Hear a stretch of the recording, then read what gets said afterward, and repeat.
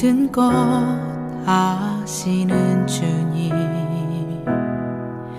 나의 맘의 연약함 보시고 부족한 그 모습대로 주님 마음에 새겨주시네.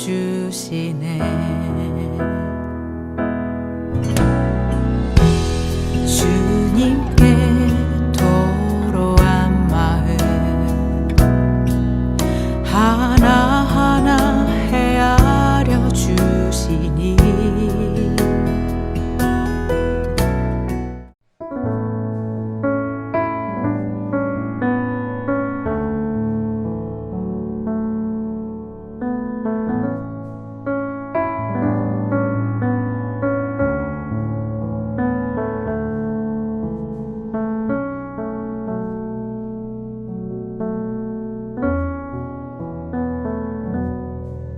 그 후에 애굽 왕의 술 맡은 자와 떡 굽는 자가 그들의 주인 애굽 왕에게 범죄한지라.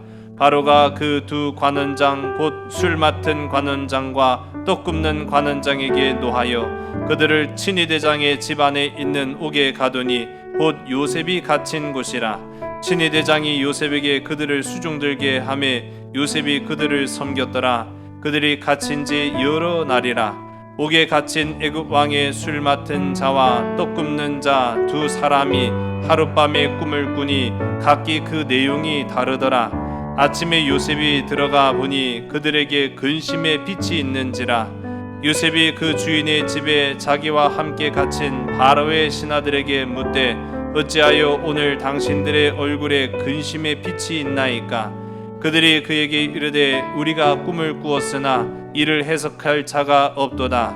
요셉이 그들에게 이르되 해석은 하나님께 있지 아니하니이까 청하건대 내게 이르소서.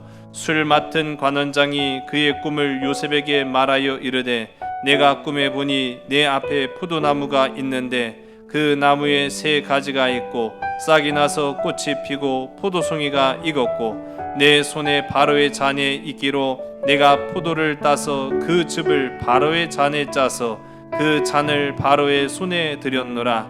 요셉이 그에게 이르되 그 해석은 이러하니 세 가지는 사흘이라. 지금부터 사흘 안에 바로가 당신의 머리를 들고 당신의 전직을 회복시키리니 당신이 그 전에 술 맡은 자가 되었을 때 하던 것 같이 바로의 잔을 그의 손에 드리게 되리이다. 당신이 잘 될 것이거든 나를 생각하고 내게 은혜를 베풀어서 내 사정을 바로에게 아뢰어 이 집에서 나를 건져 주소서. 나는 히브리 땅에서 끌려온 자요 여기서도 옥에 갇힐 일은 행하지 아니하였나이다. 떡 굽는 관원장이 그 해석이 좋은 것을 보고 요셉에게 이르되 나도 꿈에 보니 흰떡 세 광주리가 내 머리에 있고 맨 윗광주리에 바로를 위하여 만든 각종 구운 음식이 있는데 새들이 내 머리의 광주리에서 그것을 먹더라. 요셉이 대답하여 이르되 그 해석은 이러하니 새 광주리는 사흘이라. 지금부터 사흘 안에 바로가 당신의 머리를 들고 당신을 나무에 달리니 새들이 당신의 고기를 뜯어 먹으리이다 하더니 제3일은 바로의 생일이라. 바로가 그의 모든 신하를 위하여 잔치를 베풀 때에 술 맡은 관원장과 떡 굽는 관원장에게 그의 신하들 중에 머리를 들게 하니라. 바로의 술 맡은 관원장은 전직을 회복하며 그가 잔을 바로의 손에 받들어 드렸고 떡 굽는 관원장은 매달리니 요셉이 그들에게 해석함과 같이 되었으나 술 맡은 관원장이 요셉을 기억하지 못하고 그를 잊었더라. 아멘. 1924년 6월에 일제강점기지요. 1924년 6월에 발표된 우리나라의 대표적인 사실주의 단편 소설 운수 좋은 날. 아마 한 번쯤은 들어보셨거나 읽어보셨을 줄로 압니다. 이 운수 좋은 날이라는 책은요, 우리 현진건 선생의 작품인데요. 이 현진건 선생이 아주 좋은 작품들도 냈을 뿐만 아니라 독립운동에도 앞장서신 분이기도 하죠. 이 현진건 선생은 일제강점기 아래 살고 있던 조선 사람들의 그 삶을 소설로 아주 잘 표현했습니다. 특히 이 운수 좋은 날이라는 책을 보면은요, 어떻게 표현됐느냐. 앞서도 제가 일제강점기에 나온 책이라고 말씀드렸잖아요. 아주 비극적으로 잘 표현이 된 소설이죠. 인력거꾼이었던 김첨지라는 사람이 이제 주인공이에요. 근데 이 사람이 열흘 넘게 돈을 못 봅니다. 아니, 타는 사람이 없는 거예요. 인력거가 타야 돈이 되잖아요. 돈을 못 벌고 있는 그날도 이제 채비를 하고 나서려고 하는데 아내가요, 자꾸 말리는 거예요. 근데 이 아내가 그냥 건강한 아내가 아니라 병든 아내입니다. 못 먹어서 병이요, 또 굶주렸다가 또 먹으면 또 그게 또 병이 나잖아요. 그러니까 체해서 또 병이고. 이 김첨지도 그게 영 못마땅한 거예요.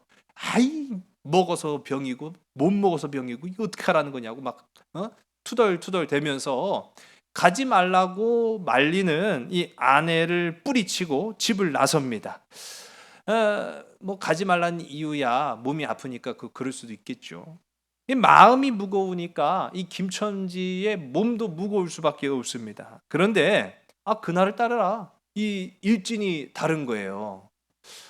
이 돈이 잘 벌립니다. 평소와 달리 이 김첨지한테 운이 따라온 거죠. 평소보다 배나 이 운임을 받은 겁니다. 이 김첨지 이 기분이 좋으면서도 계속 돈을 버니까 손님을 내려주면 또 타고 손님을 내려주면 또 타는데 기분이 좋으면서도 또 한편으로는 오늘따라 왜 이렇게 운수가 좋지? 이제 그런 불안감이 생기게 되는 거예요. 전에도 말씀드렸지만은 사람이 문제 가운데 있을 때도 불안하지만 너무 잘 나가도 불안할 때가 또 사람이잖아요. 그 걱정이 되기 시작하는 거예요. 집에 들어가기 전에 아내가 평상시 먹고 싶어 했던 게 있었습니다. 바로 설렁탕. 침을 꿀꺽거리시는 분들도 계실지 모르겠는데요. 이 병든 아내가 설렁탕 먹고 싶다고 그렇게 했던 말이 생각이 나서 집에 가는 길에 설렁탕도 뜨끈뜨끈하게 해가지고 이제 사들고 집으로 가는 거예요. 근데 집에 도착해서 보니까 아내의 기침 소리가 들리지 않아요. 자, 나은 걸까요? 아니면 어떤 걸까요? 그렇죠. 다들 이 인문학적으로 아주 능통하신 분들이시라 아내의 기침 소리가 들리지 않은 까닭은 죽어서 그렇습니다. 이미 아내는 죽어 있던 거예요. 이 소설의 마지막 이 대사가 백미죠. 설렁탕을 사놓았는데 왜 먹지를 못하니? 하면서 죽은 아내를 끌어안고 이제 흐느끼는 이 김첨지의 모습이 나타납니다. 왜 먹지를 못해? 괴상하게 오늘은 운수가 좋더니만 하면서 이야기는 끝을 맺습니다. 참 암울한 시대의 암울한 이야기이지요. 고난이요, 어찌 보면 우리의 삶에 이처럼 찾아오는지도 모르겠습니다. 그냥 고난이면은 모르겠습니다만은 고난에 고난이 겹치면 우리는 그것을 일컬어 재앙이라고 부릅니다. 그렇게 재앙이 우리의 삶에 참 가까이 있다라는 것을 비단 이 소설만이 아니라 우리의 살아가는 삶 속에서도 여러 차례 경험하고 나지요. 근데 이 재앙은요, 그냥 잔인한 것이 아니라 상상을 뛰어넘을 만큼 우리를 갈갈이 찢어 놓습니다.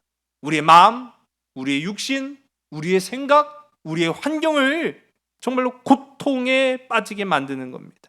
사정을 봐주는 법이 없어요. 고난은 우리의 사정을 봐주지 않습니다. 마치 생각 없는 기계처럼, 기계가 생각이 있으면 되겠어요. 오늘날에는 이제 뭐 기계도 생각하는 시대가 되었다 이야기는 합니다만은 우리 보통 기계는 생각이 없죠. 근데 이 고난이라는 것은, 재앙이라는 것은요, 생각 없는 기계처럼 한번 켜지면 사정 없이 돌아가서 마지막 그 생명이 끝날 때까지 우리를 괴롭힙니다. 그것이 고난이요, 재앙이다라는 것이죠.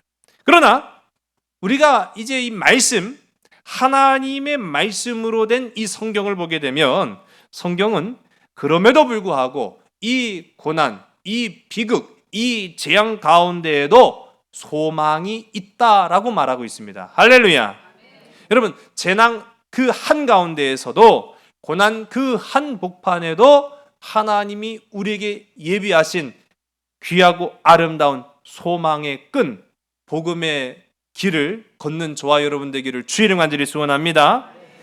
인류는요, 에덴 동산에서 아담과 하와가 추방된 이래로 재앙이 굉장히 익숙해져 왔어요.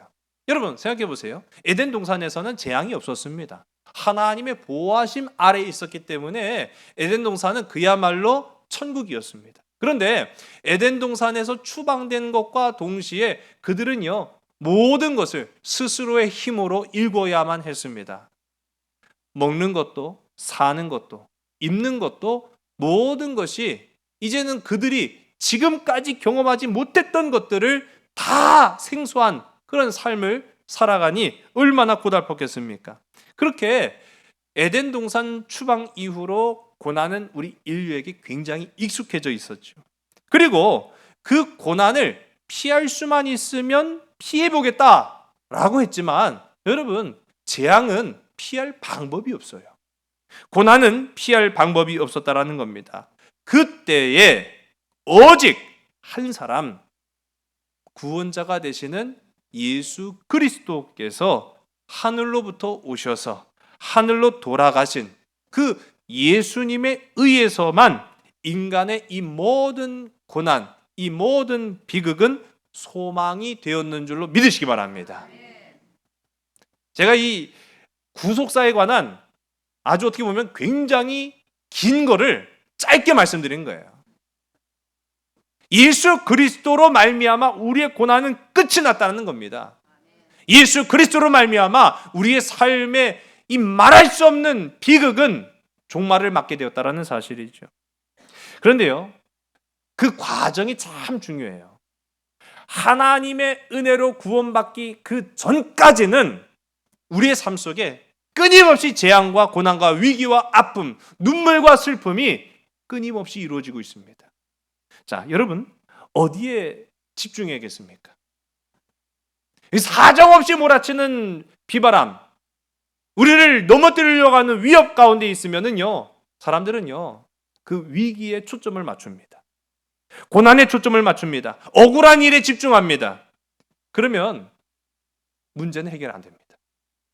인생에 닥쳐오는 위기와 억울함에 집중하면은 내 인생은요 더 비참해질 뿐이라는 거예요. 근데 참 재밌는 사실이에요. 잘 안 되는 사람들의 공통점이 뭔지 아세요? 이 위기 속에 헤어나오지 못하는 사람들의 공통점이 어떤 것인 줄 압니까? 아무것도 안 한다는 거예요. 아무것도 안 합니다. 그 왜 아무것도 안 하느냐? 물론 각자의 사정의 차이가 있을 수 있겠습니다만은 거의 대부분이 그래야 나를 불쌍히 여길 테니까 라고 생각을 하는 거예요. 나 이렇게 힘든 사람입니다. 나 이렇게 고달픈 사람입니다. 나 이렇게 괴로운 사람입니다. 나 이렇게 불쌍한 사람입니다. 아무것도 안 해야 도와줄 거라고 생각하는 거예요. 그러나 그렇지 않습니다. 오히려 하나님의 백성은요, 내가 해야 할 사명에 집중하는 것이 바로 하나님의 백성인 줄로 믿으시기 바랍니다.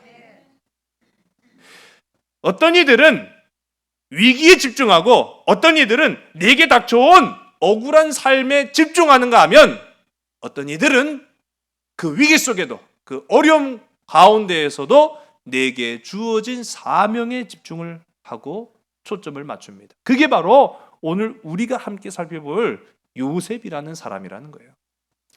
오늘 본문의 말씀 1절인데요. 우리 화면을 보시고 함께 있습니다. 시작. 그 후에 애굽 왕의 술 맡은 자와 떡 굽는 자가 그들의 주인 애굽 왕에게 범죄한지라. 아멘. 그 후에라고 하는 말로 시간의 흐름을 표현을 하고 있는데요. 이게 상당한 시간을 의미합니다. 여러분, 우리 이전에 살펴봤지만은 요셉이 애굽의 노예로 끌려올 때 나이가 17살이었어요. 그리고 나중에 우리 41장 46절의 말씀을 보게 되면은 이 애굽에서 요셉이 총리가 될 때 나이가 30살입니다.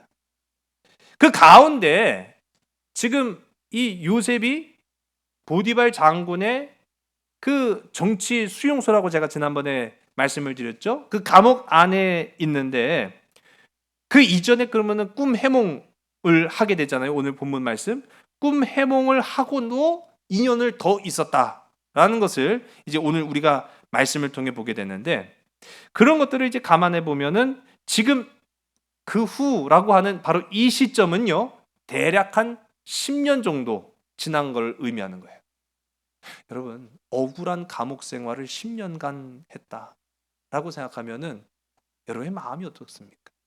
그 남의 일이라고 그렇게 아니 뭐 그럴 수도 있지, 그게 아니라 내가 그런 상황 가운데, 그런 위기 가운데, 그런 억울함에 처해 있다고 한다면 얼마나 괴롭겠습니까? 여러분, 비단 우리의 몸을 구속하는 감옥만이 아니라 아무 까닭 없는데 내 몸에 질병이 들어요. 질병이라는 감옥 안에 갇힙니다. 가정의 위기가 찾아옵니다. 그 가정의 위기라는 감옥 안에 내가 10년간 갇혀 살아갑니다. 직장과 일터에서 일이 해결이 잘 안 됩니다. 그러한 채로 10년이라는 세월이 흘러갑니다. 얼마나 억울하고 원통하겠습니까? 세상 억울한 사람이 아마 이 요셉일 거예요. 그런 가운데 그 후에는 이 10년간의 그 요셉의 감옥 생활을 우리가 의미하는 것이고요. 그런 가운데 이 감옥 안에 새로운 죄수 2명이 이제 들어오게 되죠. 한 사람은 술 맡은 자요, 또 다른 한 사람은 떡 굽는 자라고 이야기하는데, 그냥 떡 굽는 사람이 아니고, 그냥 술 맡은 사람이 아니고, 누구의 술 맡은 자며 누구의 떡 맡은 관원입니까? 그렇죠, 왕 파라오. 네. 이 파라오라고 하는 왕의 떡과 왕의 술을 맡은 사람이 죄수가 되어서 감옥 안에 들어와요. 근데 오늘 우리가 함께 읽은 말씀 보면은 범죄한지라, 왕에게 범죄했다는 걸 의미하는 겁니다. 아주 중대한 사안이죠. 일반 백성이 아니라 왕에게 범죄를 한 것은요, 진짜 그거는 극형을 면할 방법이 사실 없어요. 그런데 바로 죽인 것이 아니라 이 정치범 수용소에 갇힙니다. 제가 지난 시간에 이 정치범 수용소의 목적에 관해서 말씀드렸어요. 고위 공직자들이 임시로 거쳐가는 곳이에요. 이곳에 있는 동안 범죄 사실이 정말로 명백한지 아닌지를 명명백백하게 밝힌 후에 그 범죄가 맞다 인정이 되면은 죽는 거고, 이 사람은 누명을 썼거나 억울한 일을 당했다라고 그게 소명이 되면은 복권되는 거예요.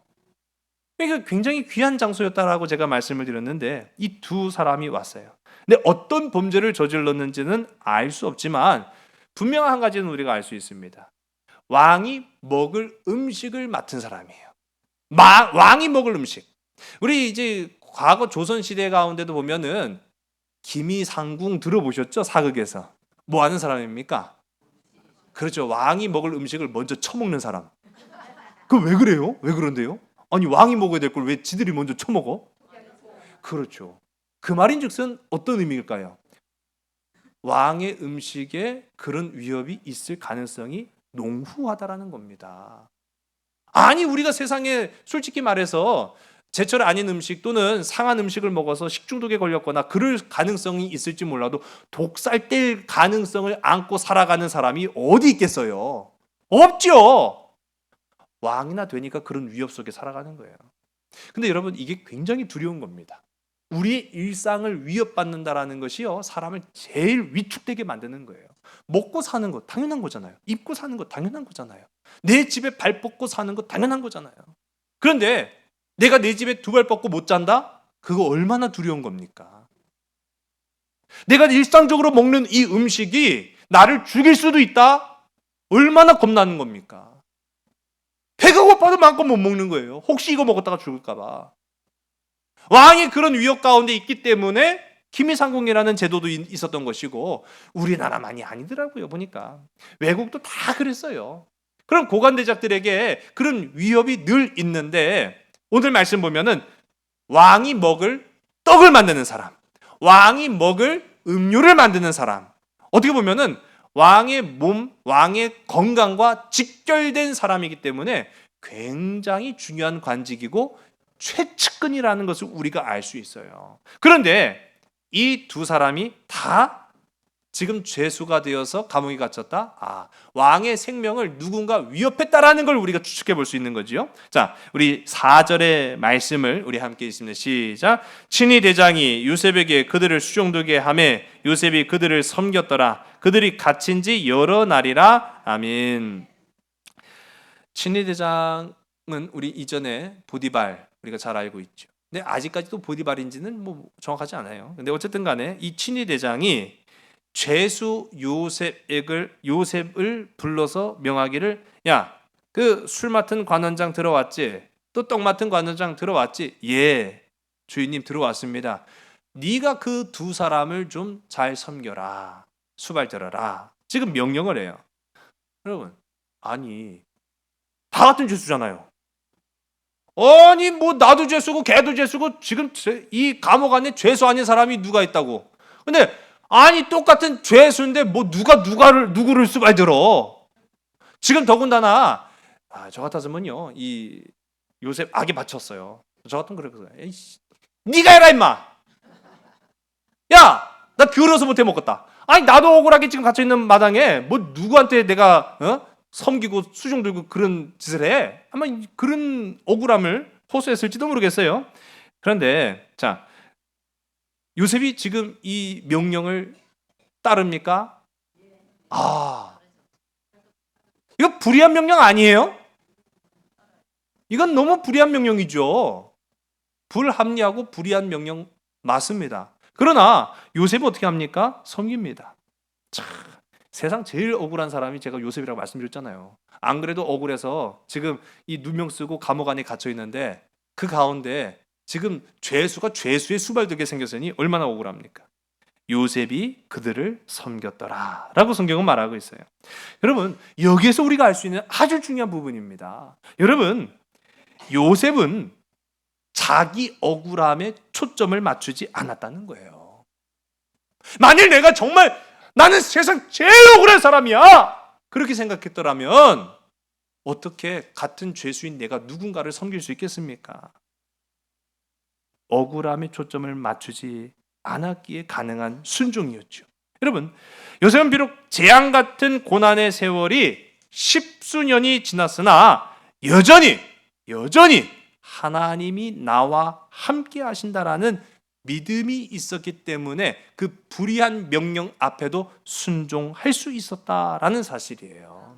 여러분, 하나님이 함께 하심을 믿는 사람은 고난에 주목하지 않습니다. 재앙에 초점을 맞추지 않습니다. 그렇다고 해서 외면하라는 게 아니에요. 그보다 더 크신, 그보다 더 의로우신 그 모든 고난과 재앙을 이기시는 하나님께 초점을 맞추는 자가 바로 복 있는 자인 줄로 믿으신 여러분 되시기 바랍니다. 억울함에 초점을 맞출 수 있어요. 우리 얼마든지 그럴 수 있죠. 우리가 당한 억울함이야 누가 다 이해할 수 있겠습니까? 만나면은요 억울한 일부터 막 토로하는 분들이 계세요. 이런저런 일 막 그러면요 이해도 되지만 한편으로는 내가 어떻게 다 해줄 수도 없어요. 그런데 중요한 거는 어떤 이들은 내가 봐도 그 사람 참 억울하게 생겼어요. 억울한 일을 당했어요. 그런데 그 억울한 일을 당했음에도 불구하고 하나님을 찬양하며 내 삶 속에 역사하시는 주님을 기대하는 사람이 있어요. 여러분, 어떤 사람이 되시렵니까? 위기를 묵상하는 자가 되시겠습니까? 고난에 초점을 맞추는 사람이 되시겠습니까? 아니면 그 고난을 이기는 승리자가 되시는 주님을 바라보는 자가 되시겠습니까? 주님을 바라보는 저와 여러분 되기를 주의 이름으로 간절히 소원합니다. 요셉이 바로 그런 사람. 참 요셉은 대단한 것 같아요. 그래서 감옥 안에서 더욱 무르익은 사람이 바로 요셉이었는 것 같습니다. 우리가 오늘 함께 읽은 5절서부터 8절까지의 내용을 보게 되면 이 두 죄수, 술 맡은 관원과 떡 맡은 관원이 하여튼 재밌어요. 동시에 꿈을 꿉니다. 간밤에 이 두 사람이 다 꿈을 꿨는데 지난 시간에 말씀드렸다시피 이 고대 근동, 특히나 이 애굽 사람들에게 있어서 꿈은요 상당히 민감한 소재입니다. 이 꿈에 상당히 민감했다는 거예요. 그런데 중요한 거는 이 꿈을 꾸고 깨어도 우리가 그렇잖아요. 꿈을 꾸긴 꿨는데 뭔 꿈인지 기억이 하나도 안 나요. 그러면 개꿈이요. 뭐 어쩔 수가 없죠 뭐. 그런데 꿈이 뭔지 기억이 나는데 그 꿈이 황당하기 이를 데가 없어요. 꿈은 다 그렇죠 사실. 그러면 이걸 어떻게 해석해야 되나 그런 생각이 들 때가 있잖아요. 특히 이 두 관원들이 꾼 꿈이 그러했습니다. 중요한 것은 이 본인들이 정작 꿈을 꾼 당사자들이 이 꿈에 대한 해석을 할 수가 없었다라는 거예요. 여러분, 아니 오늘 두 사람의 꿈을 우리가 다 읽었습니다만은 내용만 보면은 좋은 꿈인지 나쁜 꿈인지 대충 감은 오잖아요. 그렇죠? 근데 이걸 해석을 못해? 멍청한 놈들. 그렇게 생각할 수 있어요. 아닙니다. 여러분, 이 시대에 떡 맡은 관원이라고 해서 그냥 밥만 짓는 사람 아니에요. 술 맡은 관원이라고 해서 술 잘 만드는 사람 술꾼이구먼 아니에요. 당대에 이 떡 맡은 관원과 술 맡은 관원은요, 상당한 학식과 지식을 겸비한 사람만이 가능한 거예요. 여러분, 지금이야 뭐 이렇게 있는 제품, 있는 음식 사다 먹으면 그만이죠. 당시에는 그걸 직접 만들어야 해요.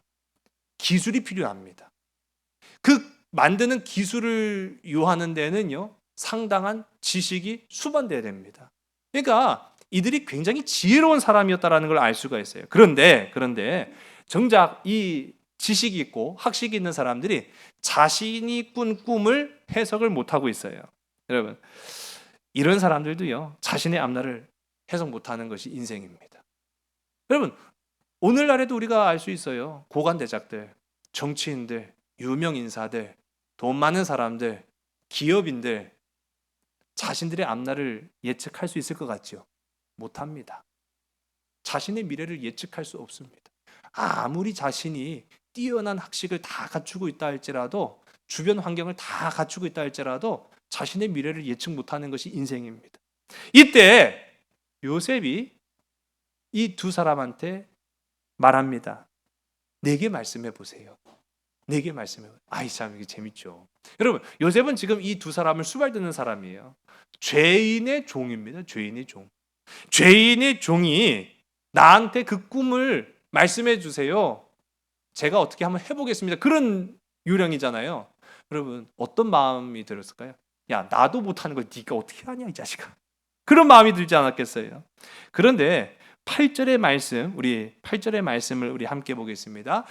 그들이 그에게 이르되 우리가 꿈을 꾸었으나 이를 해석할 자가 없도다. 요셉이 그들에게 이르되 해석은 하나님께 있지 아니하니까 청하건대 내게 이르소서. 아멘. 할렐루야. 우리 한번 해석은 하나님께 있습니다. 여러분, 해석은 하나님께 있는 줄로 믿으신 여러분 되시기 바랍니다. 그렇다라는 것을 우리가 이제 깨달을 수 있는 거예요. 왜 요셉이 계속된 절망, 끊임없는 인생의 고통 속에서도 그가 쓰러지고 좌절하고 절망하지 않고 지금까지 버티고 견디고 이겨냈는가를 바로 이 부분에서 우리가 알 수 있는 거예요. 바로 내 인생의 해석은 나에게 있는 것이 아니라 하나님께 있다. 여러분, 내 인생의 해석은 하나님께 있는 줄로 믿으신 여러분 되시기 바랍니다. 그렇기에 억울한 일에 이 요셉은 집중할 필요가 없었어요. 하나님께 집중하면 돼요. 왜? 하나님이 내 인생을 이끌어 가시길 것이기 때문에. 그래서 요셉은요, 자신에게 적용한 거를 지금 이 두 사람에게도 그대로 적용하는 거예요. 제게 말씀해 보세요. 제가 해석한다는 게 아니라 꿈은 하나님께 있습니다. 삶도 하나님께 있습니다. 해석은 하나님께 있지 않겠습니까? 라고 하면서 이제 꿈을 얘기해 달라고 말합니다. 우리 9절서부터 13절의 말씀 보니까 이 요셉의 말에 마음이 동한 술 맡은 관원이 자신의 꿈을 이야기를 하는 거예요. 자, 제가 아까 말씀드렸죠. 학식도 있고 지식도 있다라는 이 사람들이 지가 꾼 꿈을 해석을 못해? 그리고 오늘 이야기 보면은 어떤 게 좋은 꿈이지 어떤 게 나쁜 꿈이지 대충 말만 들어봐도 알 수 있는 그런 감이 오거든요. 그런데 왜 이걸 해석 못했는가? 시점입니다. 시점. 오늘 우리가 함께 읽은 이 말씀 9절부터 13절까지 말씀 가운데 요셉이 술 맡은 관원의 꿈을 딱 듣고 그걸 해석해내는데요. 포인트는 바로 여기에서 그 세 가지는요, 바로 3일을 의미하는 겁니다. 그렇게 해석을 해요. 바로 그겁니다. 이걸 어떻게 해석하냐고요. 3일인지 3개월인지 3년인지 30년인지 이걸 우리가 어떻게 아냐고요. 이게 바로 요셉의 은혜였다는 겁니다. 하나님의 역사하심이 요셉에게 임하였더니 요셉이 지혜가 있어서 하나님의 영감으로 그 꿈을 해석하기 시작하는데, 술 맡은 관원, 당신의 꿈에 나타나는 그 세 가지는 바로 3일입니다. 그런데 20절 말씀이에요. 우리 20절 말씀 화면을 함께 보겠습니다. 시작. 제3일은 바로의 생일이라. 그 바로가 그의 모든 신하를 위하여 잔치를 베풀 때에 술 맡은 관원장과 떡 굽는 관원장에게 그의 신하들 중에 머리를 들게 하니라. 아멘. 자, 여기 보면은 3일 후는 바로 바로의 생일날이었습니다. 왕의 생일이었기 때문에 요즘 말로 말하면은 흔히 이 광복절 특사 뭐 그런 식으로 생일 특사가 된 거예요. 생일 특사로 당신은 3일 뒤에 사면할 것입니다. 그리고 당신의 직책으로 복직할 것입니다. 라고 해석을 한 거예요. 대단한 거죠. 여러분, 이게 요셉이 놀라운 지혜로서 그의 꿈을 해석합니다. 자, 그러자 우리 함께 읽은 16절에서부터 19절의 말씀 보면은 술 맡은 관원장의 꿈 해몽이 좋아요, 좋았어요. 그러니까 여기에서 떡 맡은 관원장이 약간 용기를 얻은 거예요. 그냥 미적지근하게 아까 전에도 그랬어요. 야, 네가 어떻게 해 임마. 나도 해석이 안 되는데. 그런데 술 맡은 관원장에 대한 그 꿈의 해석이 좋거든요. 그러니 이 떡 맡은 관원장도 용기를 내어 자신의 꿈을 요셉에게 말합니다. 그런데 해석이 달랐어요. 이 떡 맡은 관원장의 꿈속에 나타나는 세 개의 광주리도 3일을 의미합니다 라고 하는데 3일 후에 당신은 죽을 겁니다 라고 얘기하는 거예요. 아니, 오늘 우리가 함께 읽은 이 본문 가운데 보면은 떡 맡은 관원장도 술 맡은 관원장도 정말로 3일 후에 바로왕 앞에 불려갑니다. 그리고 이제 머리를 납죽 엎드렸겠죠. 그때 한 대신이 신하가 왕의 명령을 듣고 자, 죄인들은 고개를 들라라. 뭐 이제 그런 이제 상황이 펼쳐진 거예요. 그래서 납작 고개를 숙였던 이 두 사람이 고개를 드는 상황까지도 똑같습니다. 그런데 한 사람은 그 길로 복직이 되었으나 또 다른 한 사람은 그 고개를 들자마자 머리를 참수하는 거예요. 놀라운 결과가 이어지게 됩니다. 이 두 사람의 꿈은 굉장히 유사한 듯하지만 완전히 다른 꿈이었던 거죠. 우리 이 꿈의 진행을 흐름을 보면은요, 우리가 술 맡은 관원의 꿈은 굉장히 좀 긍정적일 수밖에 없고 떡 맡은 관원의 꿈은 굉장히 부정적이죠. 이걸로 미루어 짐작컨대 여러분, 정말로 죄인이 있었던 거예요. 왕에게 범죄한지라. 근데 그 범죄한 사실에 대해서는 명백하지만 누가 범인인지 누가 진범인지는 몰랐어요, 우리가 지금까지. 그런데 이 꿈의 흐름과 그들의 심리 상태만을 놓고 보더라도 명백하게 죄인은 떡 맡은 관원장이었다라는 것을 우리가 알 수 있는 거죠. 이 사람이요, 숨길 것이 많았기 때문에 눈치를 본 거예요. 자신의 꿈을 감히 드러내지 않았다라는 것을 우리가 알 수 있어요. 여기서도 우리가 한 가지 봅니다. 요셉은요, 선악을 분별할 수 있는 능력이 있었다라는 거죠. 여러분, 하나님의 마음을 품고 살아가는 저와 여러분 되기를 주의 간절히 소원합니다. 지혜가 있는 것보다, 지식이 있는 것보다 선악을 구별하는 것이 더욱 귀한 시대를 우리가 살아가고 있습니다. 선하고 복되고 아름다운 생명의 길, 예수 그리스도의 십자가의 길을 걸어가는 저와 여러분 우리 모두가 되기를 주의 간절히 소원합니다. 그런데 요셉이요, 이 떡 맡은 관원과 술 맡은 관원 두 사람의 꿈을 해몽했지만은요, 처세가 달랐어요.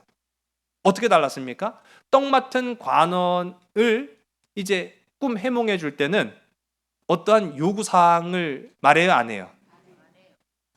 그렇죠. 죽을 놈이니까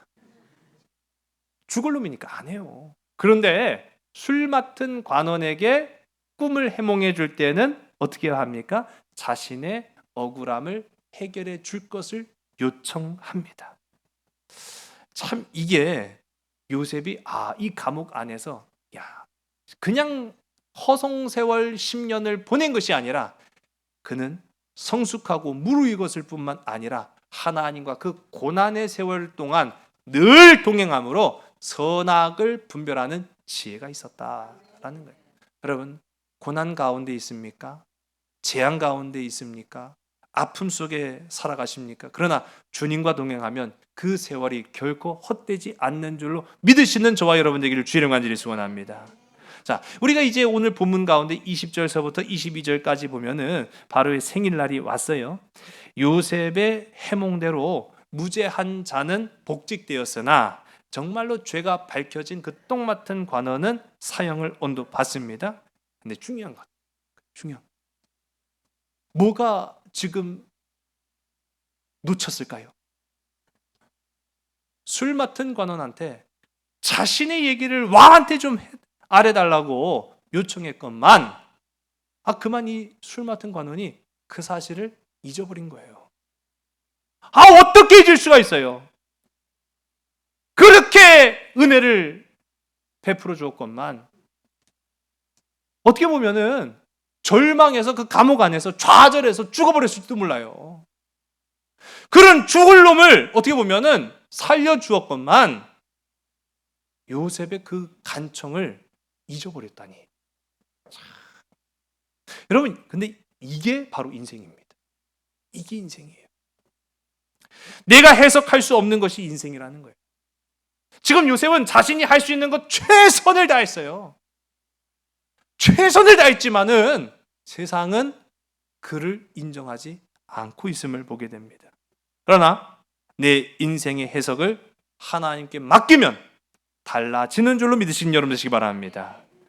그래, 요즘 수요일에 종교개혁사 좀 어려워요. 근데 이제 참 우리 들으시는 성도님들의 수준이 높아가지고 제가 계속 진행을 하고 있습니다만은 이 종교개혁사에 빼놓을 수 없는 한 사람이 바로 종교개혁자 마르틴 루터입니다.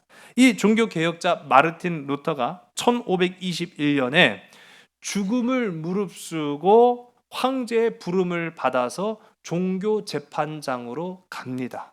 죽음을 무릅쓰다는 것은요, 그 이전에 이와 비슷한 사례로 죽은 사람들이 허다했기 때문인 거예요. 끌려가면 살아날 방법이 없었어요. 얼마나 떨렸을까요? 얼마나 두려웠을까요? 내 인생 어떻게 될지 알지 못하는 거예요. 아무리 그 유명한 당대의 마르틴 루터라 할지라도 내 인생 어찌 될지 모르니 얼마나 두려워했겠습니까? 그러나 마르틴 루터는 그 두려운 상황 속에서도 두려움에 초점을 맞춘 것이 아니라, 위기에 초점을 맞춘 것이 아니라, 고난에 집중한 것이 아니라 하나님께 집중했다라는 사실을 기억한 여러분이시기 바랍니다. 우리 찬송가 585장인데요. 우리 화면을 보시면은 우리 잘 아는 이 찬송가죠. 마르틴 루터가 작사한 찬송입니다. 내 주는 강한 성이요 방패와 병기 되시니 큰 환난에서 우리를 구하여 내시리로다. 옛 원수 마귀는 이때도 힘을 써 모략과 권세로 무기를 삼으니 천하에 누가 당하랴. 내 힘만 의지할 때는 패할 수밖에 없도다. 힘 있는 장수 나와서 날 대신하여 싸우네. 이 장수 누군가?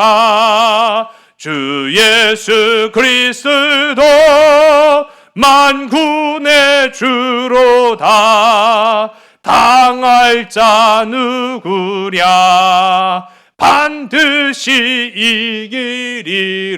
이기리로다. 아멘. 마르틴 루터는요, 두려웠어요. 겁났어요. 그러나 그는요, 나를 죽이려고 위협했던 세상과 나를 죽이려고 눈에 불을 켜고 있었던 사람보다는 주님께 초점을 맞추니까 해석이 달라지는 거예요. 내주는 강한 성이요 방패와 병기가 되시니 큰 환난에서 우리를 구하여 내시리로다. 옛 원수 마귀는 이때도 힘을 써 모략과 권세로 무기를 삼으니 천하에 누가 당할 것이냐. 그러나 내 힘만 의지할 때는 패할 수밖에 없지만 힘 있는 장수가 나와서 날 대신하여 싸우는데 그 장수는 바로 주 예수 그리스도 만왕의 왕이시다. 누가 그를 당할 것이냐? 반드시 이기리로다. 여러분, 이단으로 심판받은 루터는요 사형은 면했어요. 그런데요 이 시대에 이게 굉장히 무서운 거예요. 이 종교인이었기 때문에 사형은 면했지만은요 길 가다가 누가 죽여도 몰라요. 쥐도 새도 모르게 죽일 수 있어요. 그를 위협하는 이제 세상이 너무나도 많아진 겁니다. 신변의 불안함을 느껴요. 그런 두려움을 가지고 자신의 땅 비텐베르크로 돌아가는데 느닷없이 안 그래도 종교재판 받았죠. 이단 판정 받았죠. 사형은 면했지만 죽음이나 다를 바 없는 그런 심판을 받았죠. 그런데 길을 가다가 납치당합니다. 내 인생 왜 이렇게 꼬이고 왜 이렇게 억울한 일이 넘치고 많은가. 그런데요 알고 봤더니 이 납치는 당시 작센의 영주였던 프리드리히가 이 루터를 살리려고 위장한 것이었어요. 루터를 살리려고. 가만 내버려두면 집 가다가 죽게 생겼거든요. 여러분, 위기 속에 빛이 안 보이는 것 같아요. 고난 가운데 해결책이 없는 것 같아요. 그러나 하나님은 도우시는 줄로 믿으시기 바랍니다. 하나님은 역사하시는 줄로 믿으시기 바랍니다. 지금도 고난 한가운데 있을지라도 여러분 해석은 하나님께 있습니다. 우리 지금 3절의 찬양을 우리 부르지 않았는데요, 우리 583장 3절을 이렇습니다. 이 땅의 마귀를 들걸어 우리를 삼키려 하나 겁내지 말고 섰거라 진리로 이기리로다. 친척과 재물과 명예와 생명을 다 빼앗긴데도 진리는 살아서 그 나라 영원하리라. 여러분, 고난을 이해하려고 하지 마세요. 고난이 이해 안 됩니다. 고난 이해했다고 해서 그 고난 피해갈 수도 없습니다. 고난을 이해하지 마시고 이기시는 하나님, 역사하시는 하나님께 내 인생의 해석을 맡기는 여러분 되시기 바랍니다. 내주는 강한 성이시고 방패와 진리가 되시기 때문이라는 사실이죠. 오늘 그러한 기쁨과 그러한 소망과 그러한 힘과 능력, 감사함으로 인생의 해석은 하나님께 있습니다 라는 것을 고백하는 저와 여러분 되기를 주의 간절히 소원합니다. 우리 다시 한번 인생의 해석은 하나님께 있습니다. 인생의 해석은 하나님께 있습니다. 기도하시겠습니다. 아버지 하나님, 말할 수 없는 고통과 괴로움, 절망과 눈물이 우리의 삶을 가로막고 내 발목을 붙잡을 때가 참 많습니다. 육체의 질병과 가정의 문제, 직장과 생활에서의 아픔이 우리를 찌릅니다. 아버지 하나님, 이 문제를, 이 위기를 어찌 해결할 방법이 우리에게 없을 때가 참 많습니다.